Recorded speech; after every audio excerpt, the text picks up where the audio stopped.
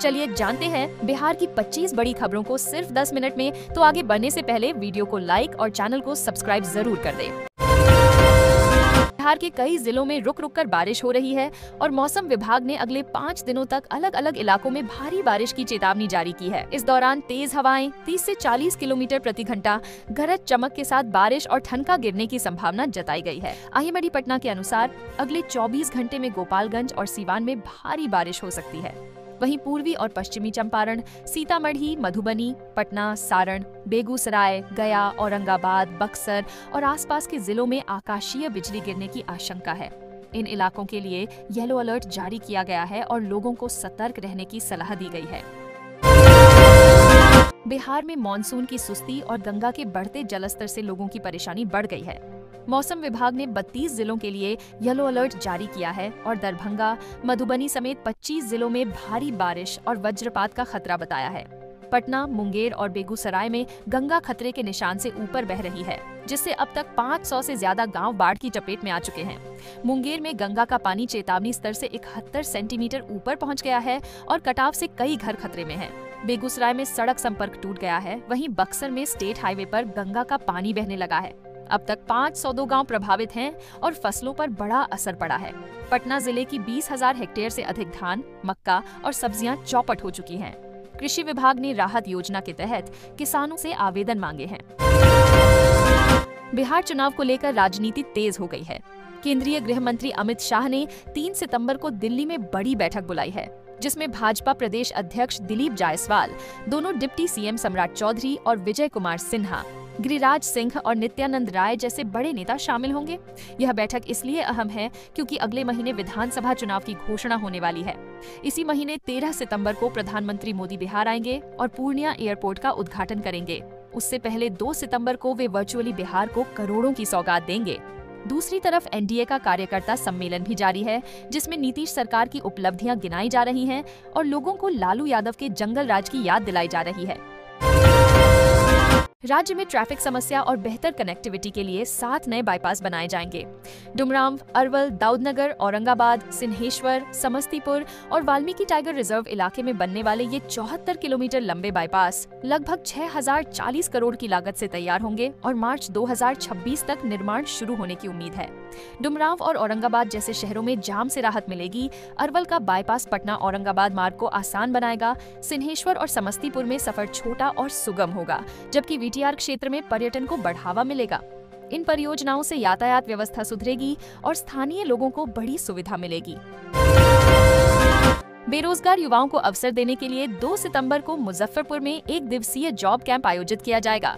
यह शिविर श्रम संसाधन विभाग के तहत अवर प्रादेशिक नियोजनालय द्वारा गन्नीपुर स्थित संयुक्त श्रम नियोजनालय भवन में सुबह 10 बजे से शाम 4 बजे तक चलेगा। इसमें चित्रलेखा रिटेल्स LLP, कलमबाग चौक द्वारा सेल्समैन पदों पर भर्ती की जाएगी। कुल 18 पदों के लिए चयन होगा, जिसमें भाग लेने वाले उम्मीदवारों की आयु 18 से 35 वर्ष और शैक्षणिक योग्यता न्यूनतम 12वीं पास होनी चाहिए। चयनित युवाओं को 11 से 24,000 रुपए मासिक वेतन के साथ PF और ESI का लाभ मिलेगा। नौकरी का कार्यक्षेत्र मुजफ्फरपुर जिला होगा। यह जॉब कैंप युवाओं को रोजगार दिलाने की दिशा में सरकार की एक उपयोगी पहल मानी जा रही है। बिहार में राष्ट्रीय राजमार्गों पर जनवरी से जुलाई तक ट्रैफिक नियम तोड़ने वाले 1,73,000 वाहनों का चालान काटा गया और 26 करोड़ 27 लाख रुपए जुर्माना वसूला गया है।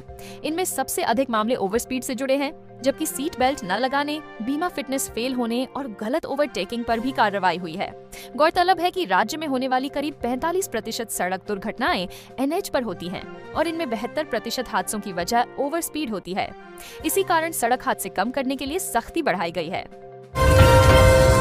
समस्तीपुर जिले के सभी 394 डाकघरों में 1 सितंबर से रजिस्ट्री पोस्ट सेवा बंद कर दी जाएगी और इसे स्पीड पोस्ट में मर्ज किया जाएगा।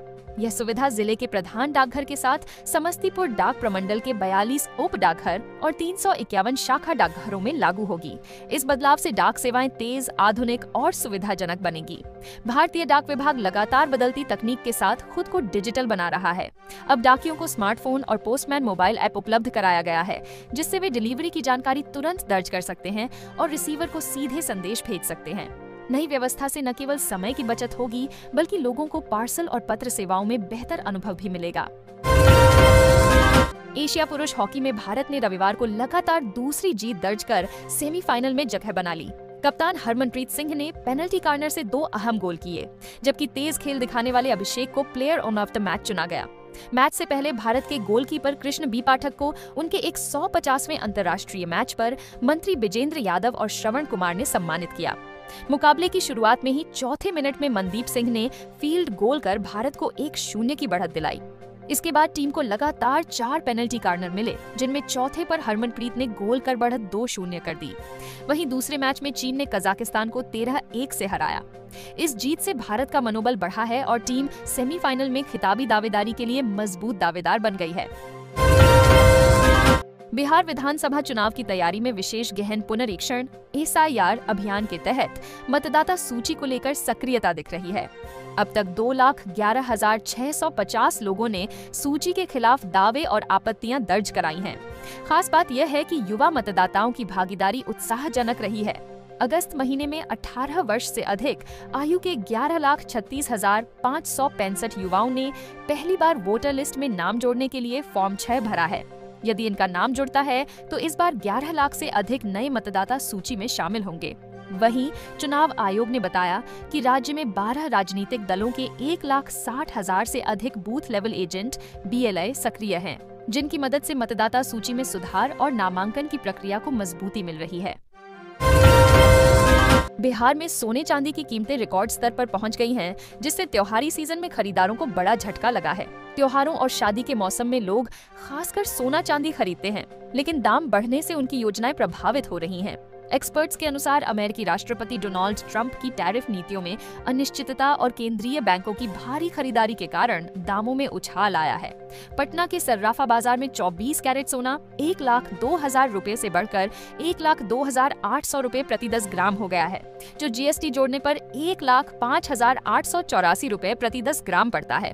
वहीं 22 कैरेट सोना 95,000 रुपए और 18 कैरेट सोना 78,100 रुपए प्रति 10 ग्राम है। चांदी की कीमत भी 1,18,000 से बढ़कर 1,19,000 रुपए प्रति किलो पहुंच गई है, जो GST सहित 1,22,570 रुपए हो जाती है। यह अब तक का सबसे ऊंचा रेट माना जा रहा है। बिहार शिक्षा विभाग ने BSIB 10वीं स्कॉलरशिप 2025 के लिए आवेदन की अंतिम तिथि बढ़ा दी है। पहले यह तिथि अगस्त निर्धारित थी, लेकिन अब छात्र 15 सितंबर 2025 तक आवेदन कर सकेंगे। यह फैसला उन विद्यार्थियों के लिए राहत भरा है जिन्होंने अभी तक स्कॉलरशिप या प्रोत्साहन योजनाओं के लिए पंजीकरण नहीं कराया है। इस बढ़ी हुई समय सीमा का लाभ लेकर वे आसानी से आवेदन कर सकते हैं। शिक्षा विभाग का यह कदम ज्यादा से ज्यादा छात्रों को योजना से जोड़ने और उन्हें आर्थिक सहयोग देने की दिशा में महत्वपूर्ण माना जा रहा है। विशेषकर आर्थिक रूप से कमजोर तबके के छात्र इस स्कॉलरशिप से पढ़ाई जारी रखने में मदद पा सकेंगे। विभाग ने सभी पात्र छात्रों से अपील की है कि वे अंतिम तिथि से पहले आवेदन पूरा करें, ताकि किसी भी तकनीकी समस्या या देरी से वंचित न रह जाएं। बिहार में महिलाओं के लिए पिंक बस सेवा का विस्तार होने जा रहा है। अभी राज्य में 20 पिंक बसें चल रही हैं, लेकिन सितंबर से 80 नई बसें सड़कों पर उतरेंगी। बिहार राज्य पथ परिवहन निगम BSRTC के अनुसार 30 बसें डिपो में पहुंच चुकी हैं और बाकी भी इस सप्ताह तक आ जाएंगी। वर्तमान में पटना में 8 पिंक बसें अलग अलग रूटों पर चल रही हैं, लेकिन नई बसों में से 22 पटना को मिलेंगी, जिससे यहाँ कुल 30 पिंक बसों का संचालन होगा। बाकी बसें अन्य जिलों में चलाई जाएंगी। महिलाओं की सुरक्षित और आरामदायक यात्रा के लिए इन बसों में महिला कंडक्टर और स्टाफ तैनात रहेंगे। इस सेवा से महिलाओं को ऑटो पर निर्भरता कम होगी और सस्ती, सुरक्षित सार्वजनिक परिवहन का बेहतर विकल्प मिलेगा। इससे उनकी यात्रा अधिक सुविधाजनक और सुरक्षित बन सकेगी। बिहार में प्रशासनिक फेरबदल के तहत IAS doctor S Siddharth 1991 batch को नया विकास आयुक्त बनाया गया है। 1 सितंबर को मौजूदा विकास आयुक्त प्रत्यय अमृत मुख्य सचिव का पदभार संभालेंगे। डॉक्टर सिद्धार्थ फिलहाल मुख्यमंत्री सचिवालय के प्रधान सचिव, मंत्रिमंडल सचिवालय और शिक्षा विभाग के अपर मुख्य सचिव के प्रभार में हैं। सामान्य प्रशासन विभाग के अपर मुख्य सचिव डॉक्टर B राजेंद्र को शिक्षा विभाग की अतिरिक्त जिम्मेदारी दी गई है।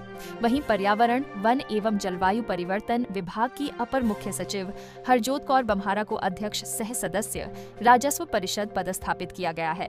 गृह विभाग के अपर मुख्य सचिव अरविंद कुमार चौधरी को मंत्रिमंडल सचिवालय विभाग का अतिरिक्त प्रभार मिला है। साथ ही बिहार विद्यालय परीक्षा समिति के अध्यक्ष आनंद किशोर को पर्यावरण, वन एवं जलवायु परिवर्तन विभाग के प्रधान सचिव की अतिरिक्त जिम्मेदारी सौंपी गई है। बिहार में जन वितरण प्रणाली पीडीएस की दुकानों पर पारदर्शिता और जवाबदेही सुनिश्चित करने के लिए राज्य सरकार ने 2 से 9 सितंबर तक विशेष निरीक्षण अभियान चलाने का फैसला किया है। इस दौरान सभी जिलों में पीडीएस दुकानों की जांच होगी। खाद्य एवं उपभोक्ता संरक्षण विभाग के प्रधान सचिव पंकज कुमार ने निरीक्षण की रिपोर्ट 24 घंटे के भीतर मांगी है और दोषी पाए जाने वाले दुकानदारों पर कार्रवाई की जाएगी। इसके लिए विभाग ने पीडीएस परख ऐप भी तैयार किया है, जिसके जरिए दुकानों के निरीक्षण से जुड़ी ऑन द स्पॉट रिपोर्ट तुरंत भेजी जा सकेगी। इस अभियान का उद्देश्य पीडीएस व्यवस्था को और अधिक पारदर्शी और प्रभावी बनाना है, ताकि लोगों को समय पर सही मात्रा में अनाज और अन्य वस्तुएं उपलब्ध हो सकें।